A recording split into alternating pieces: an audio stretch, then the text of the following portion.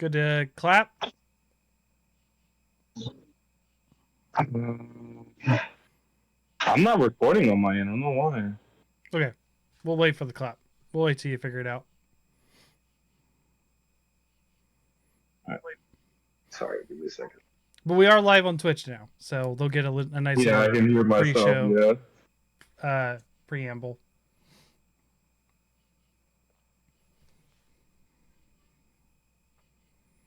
This headset is brought to you by Sweet Dola. It does not belong to me. Why? What's wrong with it? Nothing. I just said it belongs to you. Wow. Yeah, this headset has a mic, but Wow. it doesn't work. I don't use it. It's all the I mic. had one of those too. It didn't work either. Your daughter's been using it. Last recording cannot be recovered. We're gonna try this. Testing. Okay, I have this one working. Cool. So you're recording? Yes. Okay. We'll do the clap then. So 3, 2, 1.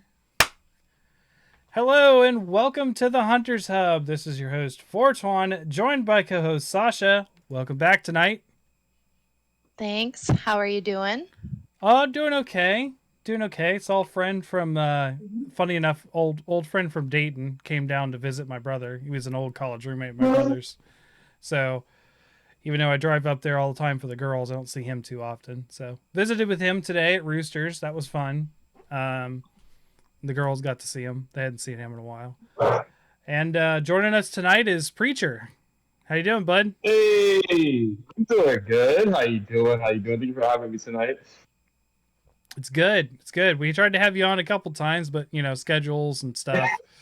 Yeah, it's hard to catch me, but check out me. You reeled me in. Yep. Yeah. We almost had Jaycon on as well today. But he ended up at the last minute having to do some family stuff. So we are also down Morg and Ace again today.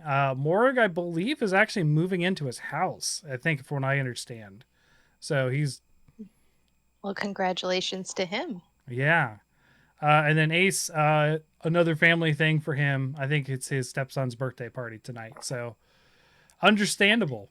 So instead of doing the Monster Hunter Guess the Monster, what we were going to do, we're going to talk about TGS because we did the news show a week early, apparently, because there was so much news, so much things. So, but I was going to show times 2. Yeah.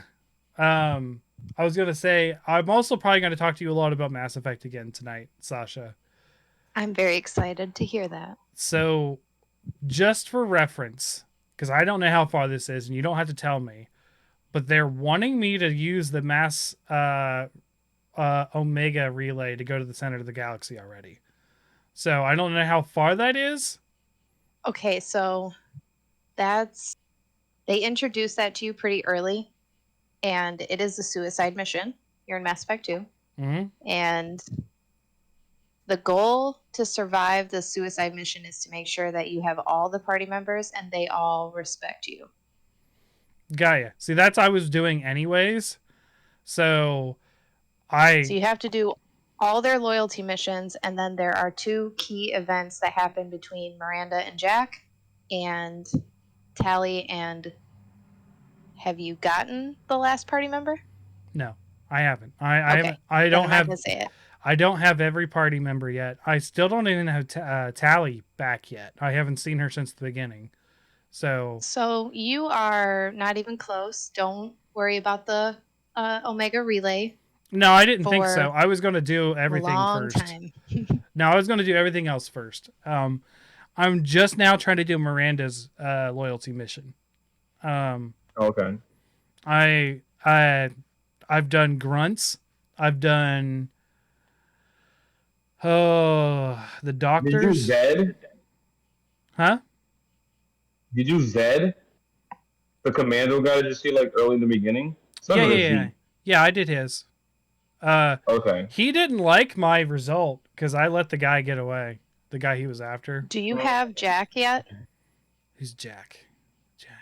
Jack is a female and she's bald. Yes, I have her. Yeah. And Cycles Okay. are. she's like Just a my recommendation. uh-huh. You need to do Miranda's loyalty mission like now, and then get Jack's loyalty mission done next.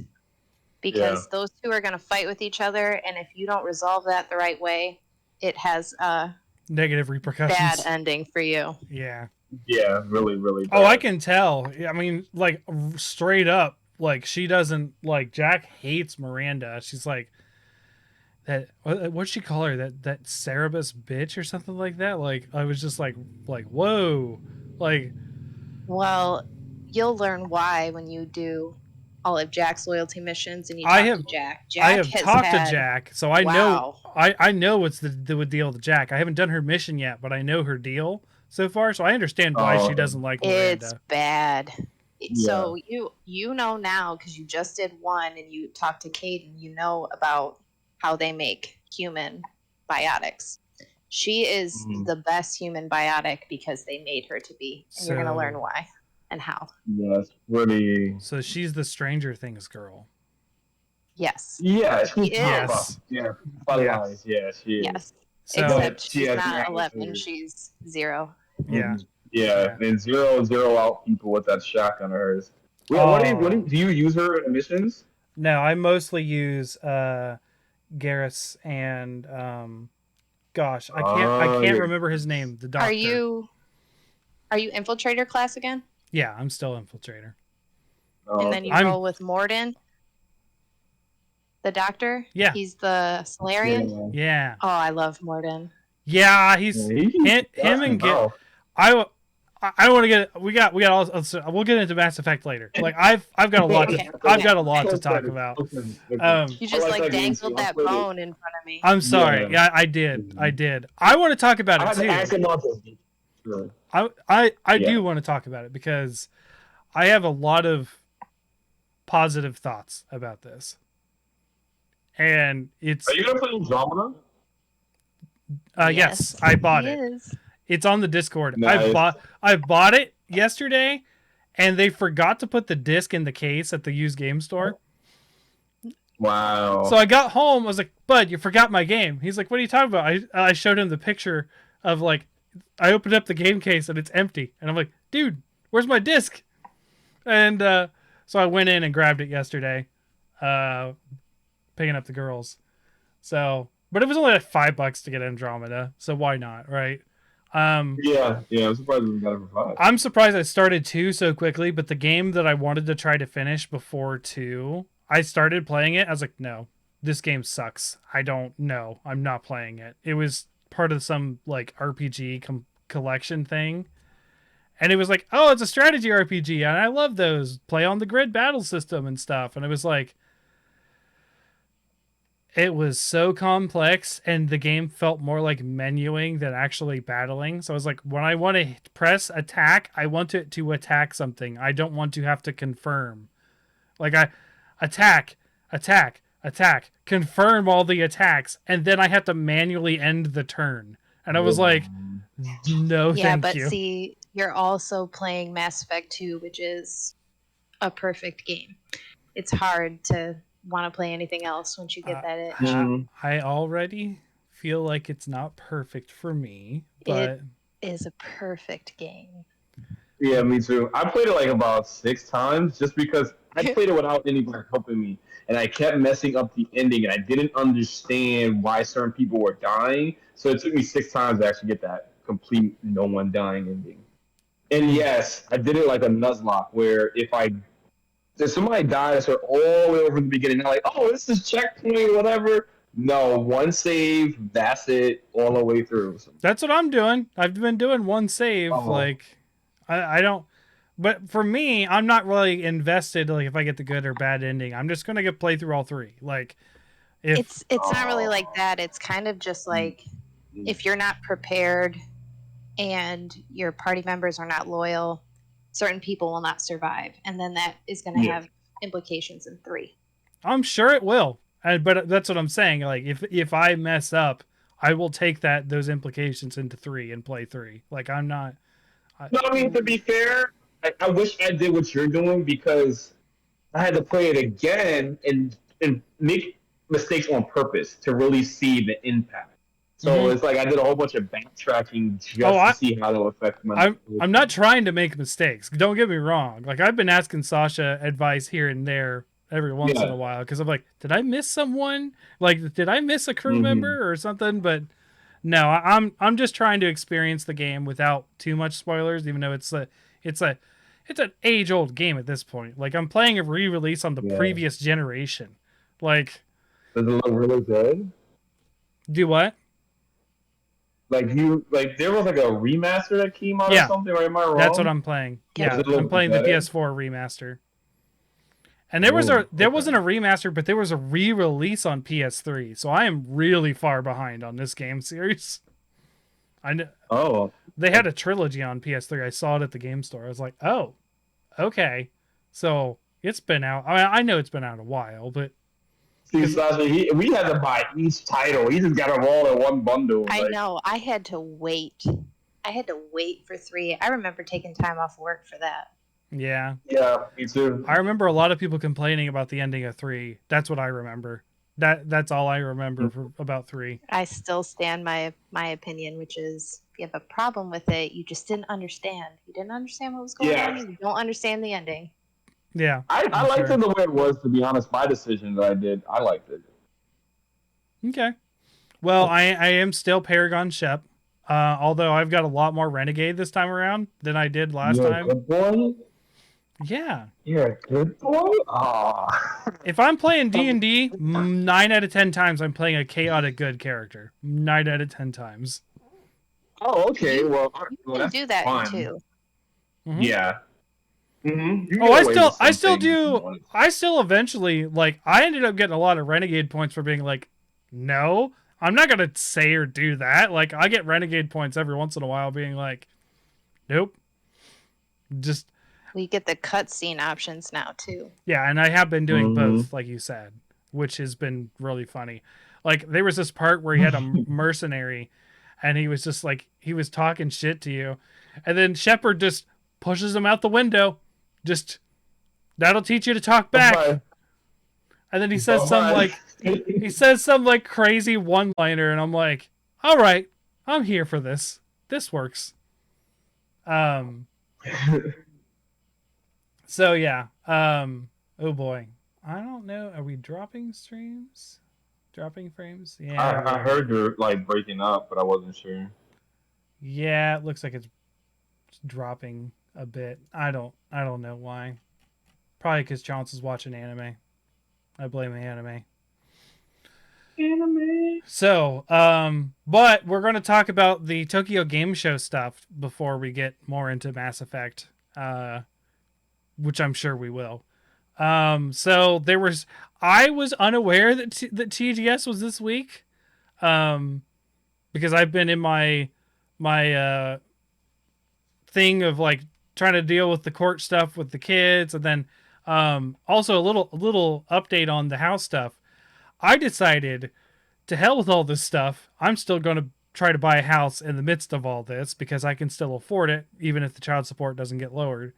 So I'm just moving ahead, and I have my meeting Wednesday for pre-approval and all this stuff. So I will be hopefully seriously searching starting Thursday. Congratulations. It's just the beginning, but oh no, this is not the beginning. It's a long journey. It's just been a long journey to get to this point where I'm at. And then but having the pre-approval will say how much my budget can be actually looking. So yeah, that's fair. So so Tokyo Game Show, I guess we'll if it's okay with you guys, I think we'll just start with Nintendo, go to PlayStation, then hit Capcom, because that's the way I saw them. If that's fine.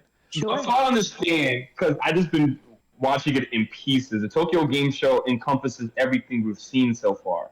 Yes. Oh, okay. Okay. Yeah, Tokyo. Like, it's like E3 in Tokyo. It's just okay. It's normally been a thing, but I think it's bigger this year because E3 wasn't as big, or didn't happen or something this year. I think E3 didn't happen this year. I think they did Summer Games Fest. So, um, so first with the Nintendo, I wrote down. I didn't write things down in order, but I will. The first thing, uh, the um, the memes from this are farming simulators. That's what everyone's saying because I counted and I've recounted. There are no less than 5 games in which you can control a farm that were announced. Some Fae people like Farm me. looks pretty cute though. Yeah. Fae Farm, I showed the girls the direct earlier today, and Fae Farm, the girls are all over. They're just like, I bet they are. I want to be a fairy who has a farm, who makes friends. Like that is peak. So I mean, like you can see it right here on the stream. That is my daughter's Halloween outfit, rainbow unicorn dress, right there. Love it. Love that for her. I also would like to be a fairy on a farm, making fairy potions and whatever other fun fairy things I get to have. Maybe some little furry friends, and it'll be fun. I wouldn't want to be one if it's $60. I'm good. Oh, I'm not paying full price for that. I'd be the no. I'd be the grumpy dwarf in the blacksmith shop. That would be me. What do you want? It's hard to do. Yep. So I just want to get out of the way. I don't think any of us are super interested in that, but Pan did share a really good video by Ben Yahtzee, who's known for his Zero Punctuation series on The Escapist, who summarily predicted the rise of the farming simulator, the slice of life games, because, well, Nintendo's been towing the line for those games for a long time, but with the sales of the Switch being so high, and then also Animal Crossing and Stardew Valley and all those things doing so well on the Switch, they're just pumping out these kind of games, like, hands down. The reason why there's like 5 of them is because they're popular and they're doing very well. So, yeah. Well, it's picking up a market of gamers who aren't into first-person shooters. Yeah, That's how you expand your market. Or in-depth, like, serious story RPGs as well. Like that's like another end of the spectrum that doesn't really, like, you can have but they're more personal stories in these games versus like, here's my farm, here's my relationship with the town, versus this like big grandiose epic that an RPG could have, or a first person shooter. It's very execution heavy. Yeah, I agree. I mean, right now, for me, just chiming that in, I've been playing a lot of Fortnite, like, excessively. And I've been trying for people to play with me to play Fortnite. And a lot of people are like, no, I'm not playing that. Not because they don't like Fortnite. It's because they're actually playing other games where they can invest their time into. Mm-hmm. And farming simulators is something perfect where somebody's like, after a hard day of work, let me just turn my brain off and, like, weed out some crops or whatever like that, tend to this thing, do a chore that I don't actually have to do in my house. And just have fun with it. It's because those farming simulators have such a rich schedule of reinforcement. All your hard work pays off in 24 hours or 12 hours in your game, instead of you got to wait a week to get your paycheck, or 2 weeks, or whatever your schedule is, or however long it actually takes to grow vegetables in your backyard. When I got really into Stardew Valley, this is going to touch a little bit on my marriage and divorce process. So this was sort of like a weird spot towards the end of my marriage where I didn't know things were ending, but she knew they were ending, right? But I was still really not in a good mental place, because there was like, what would we say? 4 significant deaths in my family that year. Like, it was a rough one. And then also there were family pets that died back home on top of that. Like, it was a rough year, 2017, the year the Switch came out, when I got into Stardew Valley for me. Yeah, it was a rough year personally.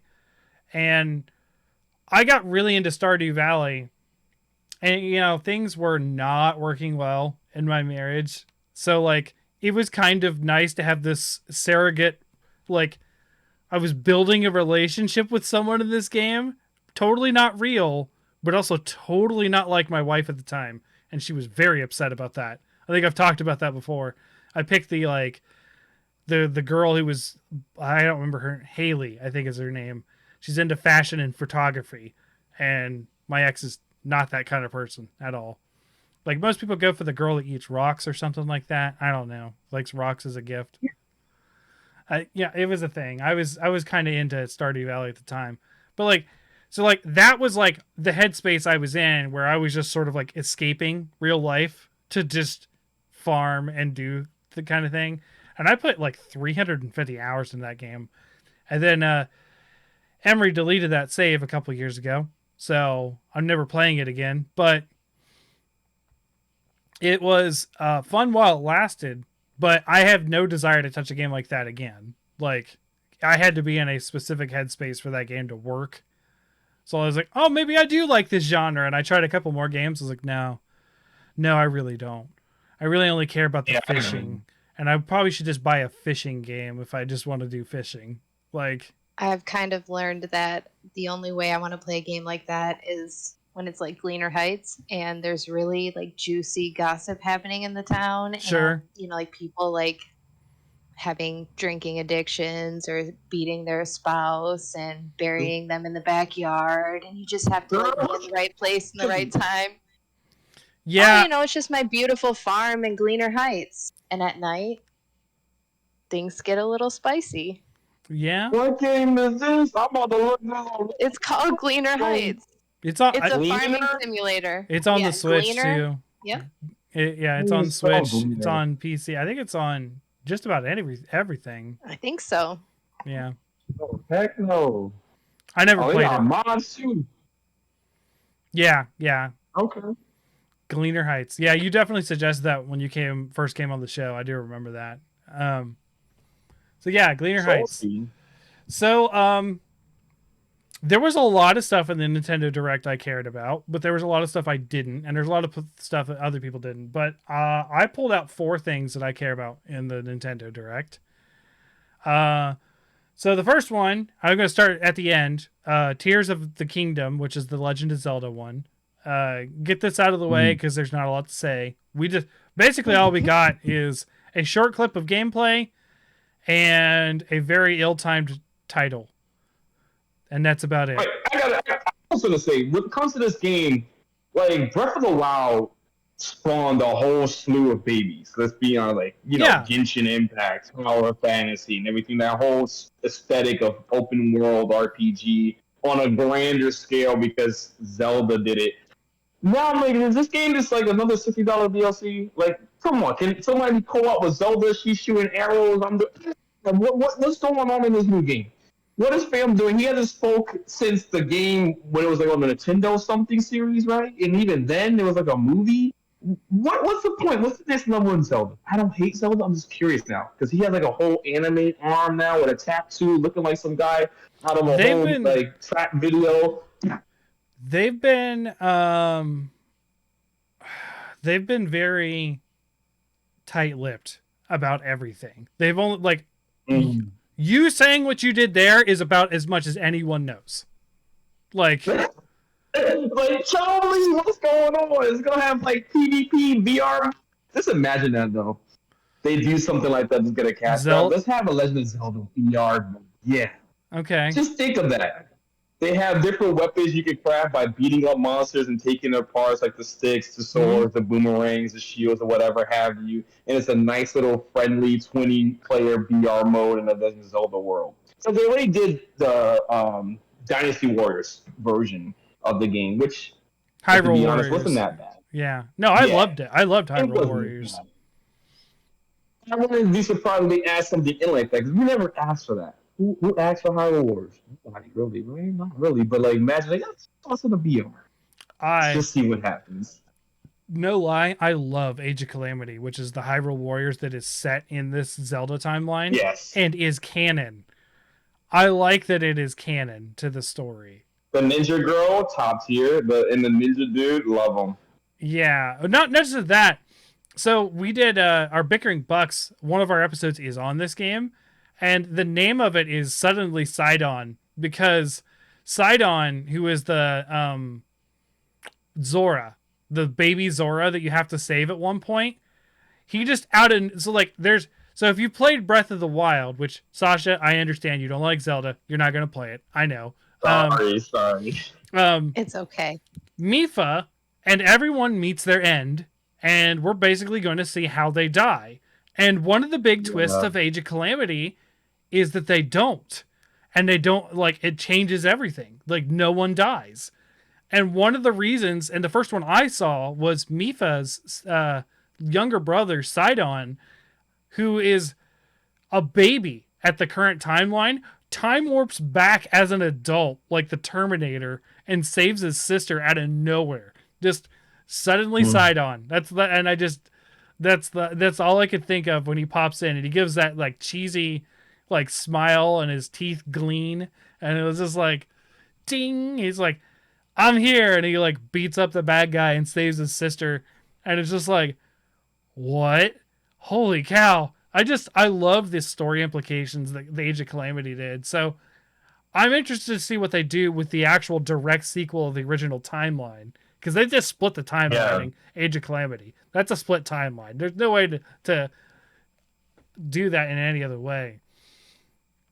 So I don't know. I don't know what's going on with Zelda. I'm still interested. I'm still going to get it. I'm still going to play it. And I'm probably not going to rant and rave as much about it as probably Ace or someone.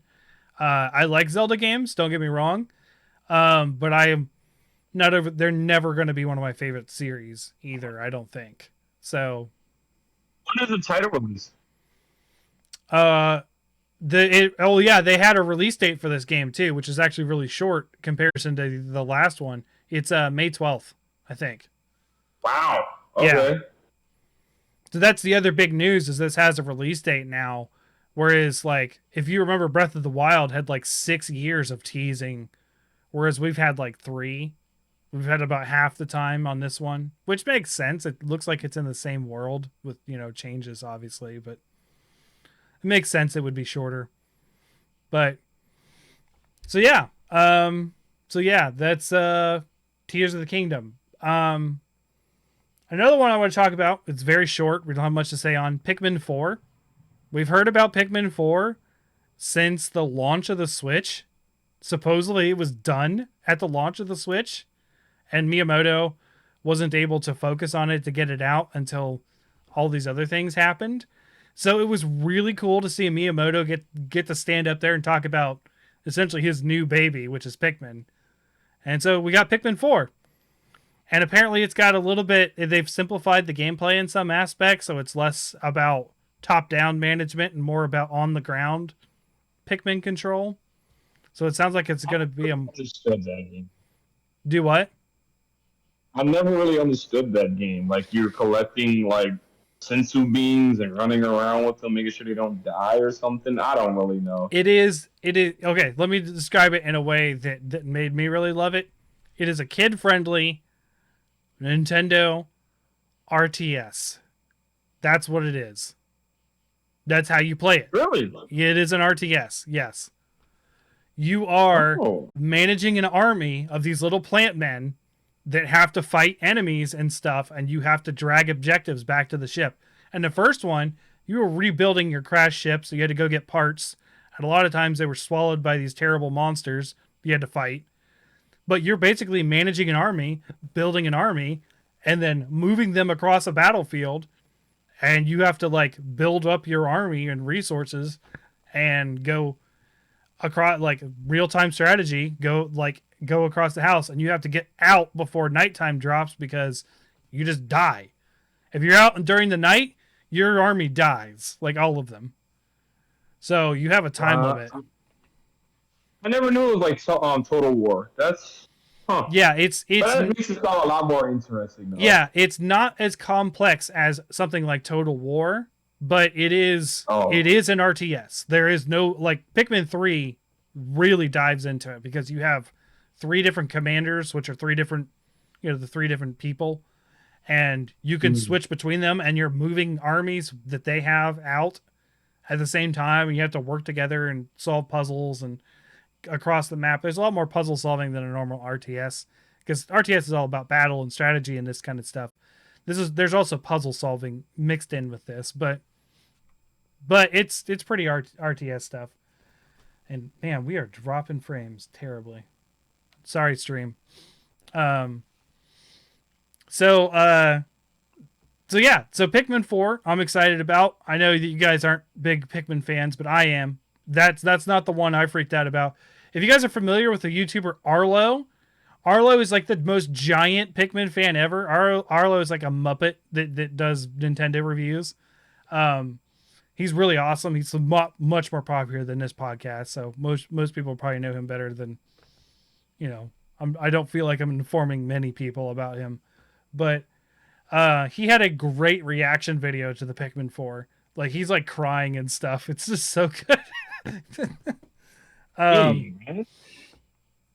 The other one, Bayonetta 3, not a lot to say on that as well.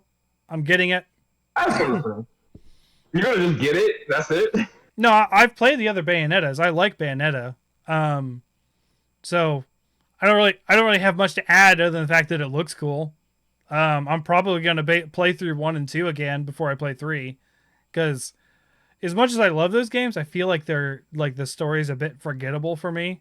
So it's been since 2013 or 14 when I played the Bayonetta 2 and Bayonetta 1 for the first time. So now I'm gonna have to play them again and play Bayonetta 3, which they're on Switch. I just haven't got them yet. I love the score. Like for me, a lot of people will be like, "What, really?" I don't really care for those like Devil May Cry, Bayonetta, flipping around, juggling my one foe for like a gazillion times for flair. But I like the music. The music score is really good. Her character as a whole, first off, she was just one dimensional. But when you play 2, you get to see that she actually has a personality. She has like a reason for her things and everything. It makes it more fulfilling to want to play. So seeing 3, now that she's like a superhero for the world, I'm kind of curious how they're going to go with that in terms of like the story and the title. Yeah, me too. I did see a funny video of like, look at Bayonetta being a hot mom, and it was just her in a sweater and jeans. Like, okay. Oh man, I like that series. It's a bit goofy, and but I like those kind of games too. Like I like Wonderful 101. I like, the original God of Wars that were in that same vein. Yeah. So I'm not good at them by any stretch, but I do enjoy playing them. So the big one for me, the big one that like I teared up when I saw this, is Octopath Traveler 2. And I know no one else in the world cares as much about me as Octopath Traveler 2. But like, oh, that theme song when it came on, and I was just immediately like, how was I watching? Because I watched it after the fact. I didn't watch it live. I think I was sitting here watching it. Because sometimes I watch stuff out in the living room. But I was sitting here, and I was playing. I think I was playing Titan Quest while I was just sort of side watching the event, and then I heard it. I heard like the first few notes, that's the like the violins, and I'm like, what? I paused the game, like I just hit escape on the game, and I turned and I'll just watch the screen right here, and I'm just like, no, it's not. And then like, boom, Octopath Traveler pops up on the screen, and I'm like, yes! Like I cannot wait. I am going to be playing through Octopath Traveler again. I played Triangle Strategy this year, which is the same people, but like a strategy RPG instead of a traditional JRPG. I love the art style. I love the stories in that game. Like they're so hopeful and wholesome, and the music. I talk about you really like the music in Bayonetta. The music for Octopath Traveler, I think it might be my favorite in a game series. Period. Now it might have overtaken Monster Hunter, because I love some Monster Hunter songs, and definitely some Monster Hunter songs are going to be my favorite.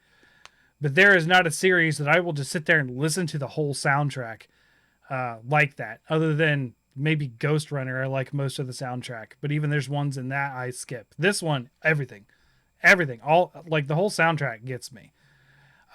See now, I had to ask this. I know you're gonna get into it, but I'm just curious. 2 points. What qualities in Octopath that drives you to like say to somebody, go play this? It's really fun. It's a good game. Not only just because like your opinion of like you love it, but why would you recommend to somebody else to play Octopath? So I think that it takes such a unique way of storytelling in a game that not many other games do. So like a lot of other games are kind of like movies and how they tell stories. They're, if not linear, um like I would say jumping around to a linear result, right? This one is much more of a serial kind of deal, like a TV show or something where you can have like multiple storylines stacking up over different seasons. You know what I mean? Is the way that Octopath Traveler ends up playing because you choose when you do the story missions and you know their story missions. Like, you know when you're playing the story. Now, that's not really that different on the surface than any other game, but you're telling 8 completely separate stories. They are not interconnected at all until possibly the end, but that end is not required. It's like a post-game fight that sort of ties everything up at the end, which I have never done. I just like the 8 stories by themselves, but they are a neatly like, think of like a whole show or movie arc within a character starts at chapter 1 and ends at chapter something of their story, and they've completed their quest. Like, they're done. They live a happy life. They're fine with what's happening. I honestly don't know what happens in this big endgame boss that ties all them all together, because there's no need to. Like, you can just quit where I finished all 8 stories, and you're fine. Like, you don't, like, story-wise, you need nothing else. So I think the biggest thing for me for Octopath Traveler is just, like, how it tells a story. And they're all very, to me, at least, interesting stories and interesting characters. Like, not, like, even the ones that I felt were kind of like just meh were pretty good once I actually played through them. Like, I would say Alphen, the apothecary, I think was probably the least interesting to me to begin with, but he ended up being a really good story about redemption and friendship and all this kind of stuff. Whereas, like, you have on the opposite side, you have Ophelia, who's like a journey of faith, and then you have Ulbricht, who's like a journey of like dealing with your being sort of like a has-been warrior. Like, you get all these crazy stories between these like different people, and it's really cool is you can have characters interact if they're in your party to sort of like spur on questions and discussion between each other that aren't really necessary, and you're not really missing anything if you don't do them. But the fact that they're there, and it kind of makes like the characters kind of feel like part of someone else's story. Like, you just get like, for someone who really doesn't like how games tell stories 9 out of 10 times, this was a big treat for me. Like, just, and that was through playing the game. Like the whole story of how I got into it is an entirely different thing. Okay, that's the second question then. Like, what got you into Octopath? So, I might have talked about it a little bit on the podcast, but yeah, I'll say it again for your sake, and so we get new people listening all the time. So, and I don't know if Sasha's heard the story or not, but I did say something about it recently. So, again, this is another divorce story. This came out 2018. This is the year of my divorce, right? This is right in the middle of it. I had lost any desire for the first time in my life to play any sort of video game. Like, I've been playing video games since I was 2. Like, one of the things my dad likes to brag about to customers sometimes is I'm so good with computers that at 2 I was booting up DOS commands to play different games. So damn. I wanted to play games. Like, I was playing like Sesame Street Alphabet and Lemmings and all sorts of crazy stuff. Lemmings. I remember Lemmings. Yeah. So Octopath Traveler I had pre-ordered because I was interested in the art style and that kind of stuff. I was like, I'll give it a try. And also, if you remember, the Switch started with kind of a drought of games. Like, yeah. So when the Switch was announced and they announced Octopath Traveler, I was in. I was like, okay, I got to have something. I'm interested. I'm in. I'll give Square Enix a chance. I'm not usually a JRPG guy, but the art style's interesting. Good.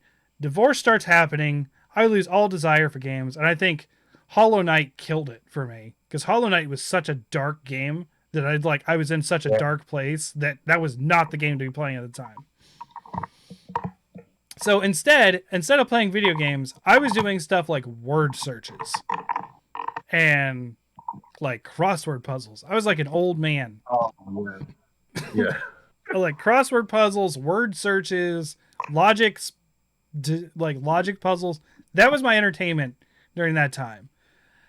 Because I don't know, I just didn't feel any desire. And that's, having learned later on, that's a sign of major depression. It's losing interest in anything that you like. Usually you just don't want to do anything. So that's kind of what ended up happening. So fast forward to like July of 2018 when it's coming out. I am here at the house. I might have just talked about this last week, I think. I am I'm here at the house, and I didn't live here yet. I was still in Dayton. And I was not hosting, but my parents were doing a big D&D party with their old D&D buddies from high school. And I'm DMing. So I'm prepping and I'm getting stuff ready, and I'm at the house early, and mom and dad are off doing something. I was like, I've got some time. I can try to play this game that I pre-ordered. So I put it up on the TV while I'm sort of prepping stuff, and I didn't really get the time to play it beforehand, but it was like 2 hours of me just like drawing maps and prepping and doing all sorts of stuff for this D&D thing that I was about ready to do. And that title song is playing. And I've actually linked it in our Discord, the title song, which is also the same title song that played for this trailer for Octopath Traveler 2. And it's just playing over and over, and it's a very hopeful and a very energetic theme. Like, it's just really, I don't know, really, it struck a chord with me, right? And it also helps that it's a very classical piece, and I don't really like to listen to a lot of classical music, but when there's, like, I don't like the classics like Beethoven and that kind of stuff, but I'm talking like orchestral pieces really connect with me really well, because my late grandfather was a orchestral cornet player. He was the first chair in 3 major cities orchestras at different points of his life. He was in Texas. I think it was Austin. He was in that orchestra for a long time. Then he moved to Chicago, and he was in the first chair cornet in their orchestra for a long time. And then he met my grandmother. He's actually my step grandfather, but it wasn't any different to me. And then he came to Cincinnati, and he was in the Cincinnati orchestra for many years, up until he really couldn't play anymore for his health, which was, I mean, maybe a year before he passed away, like not a long time. So when I hear like really good like orchestral music, it kind of reminds me of him a lot. So I make that connection pretty quick. So like, and I had just lost him the year before. That was part of 2017. So like, it just like, it was, reminded me of him, reminding like, just like all this hopeful stuff.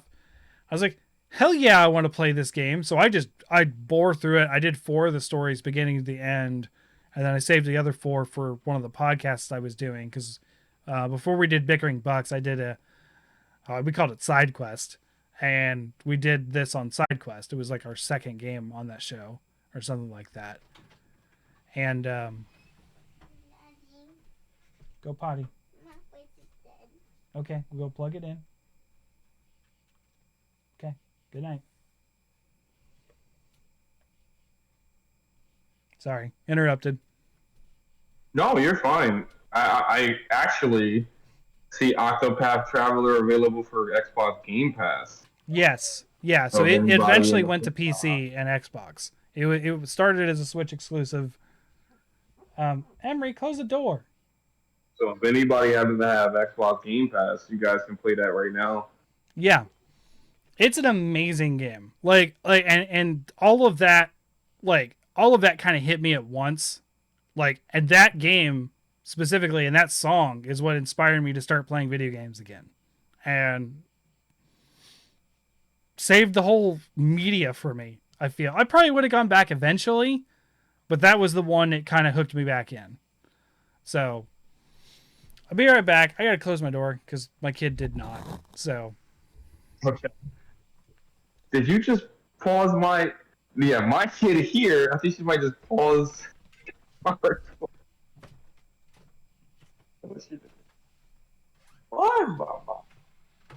So I This is saw brought to you by that Nintendo Switch Online is also getting for the Nintendo 64 games Pokemon Stadium, Pokemon Yes. Stadium 2, Mario Party Yes. 2 and 3, and, oh, and 1. Not Yes. four? No. was it 1, 4 on 2, the and 3. GameCube? I'm not sure. I don't know. I remember playing. Probably you're right. I recall it. I think 4 was on GameCube. And they're getting 1080 snowboarding, which I am very excited about. I haven't played that in a really long time. And Excitebike 64. Go to bed. Ow. Don't forget to close the door. I remember Excite Bike 64.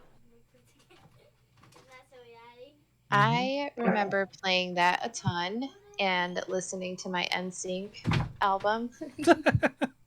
That's a blast from the Wow. past. Yeah. Like, yep, like a vivid pairing of playing Excitebike